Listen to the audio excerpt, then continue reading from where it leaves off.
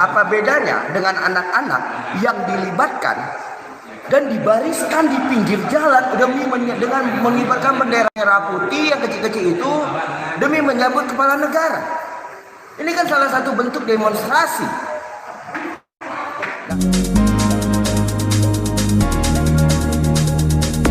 Mana tanggapan Bang Niko untuk sidang yang ke-13 ini, Bang Niko? Aku sih melihat sidangnya sangat efektif, sangat berjalan dengan baik. Yang aku jadi permasalahan adalah ketika keadilan itu hilang, maka kita harus mengawal. Karena pasal yang ditetapkan pada Bunda Mary patut kita duga ini hanyalah alat untuk kriminalisasi, alat untuk membungkam Bunda Mary. Jika dalam pasal itu anak-anak katanya melibatkan anak-anak untuk ikut demonstrasi, ada larangan untuk pengikutan kegiatan militer sementara demokrasi itu, apakah demonstrasi itu salah satu bentuk kegiatan militer? Dan aku rasa tidak gitu.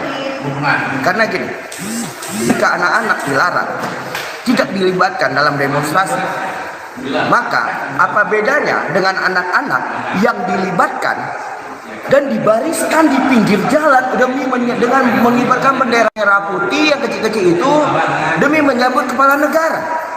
Ini kan salah satu bentuk demonstrasi.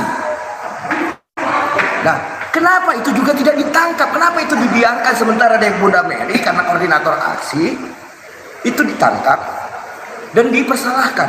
Nah, ini yang nggak masuk dalam logika aku berpikir gitu. Terus kalau memang anak-anak dilarang dalam demonstrasi, itu tangkap juga yang undang anak nyanyi di Istana Negara, yang lagunya nggak lupa gua orang banding ke itu kan anak-anak yang nyanyi. Tapi kenapa dilibatkan di sana? Apakah itu bukan bentuk demonstrasi juga? Jangan mandang demonstrasi itu dalam skup kecil. Demonstrasi itu luas.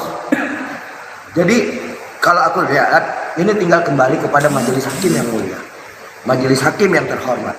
Karena majelis hakim adalah perwakilan Tuhan di muka bumi ini, terutama di persidangan.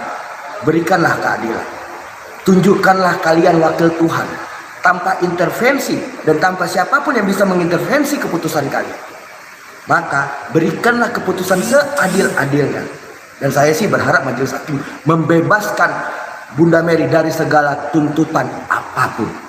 Karena dengan begitu itu bentuk bahwa demokrasi ini harus kita jaga, demokrasi ini harus kita rawat.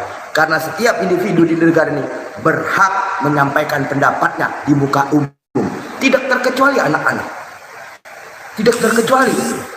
Karena belum ada satu undang-undang pun yang bisa kulihat melarang anak untuk menyampaikan pendapat di muka umum.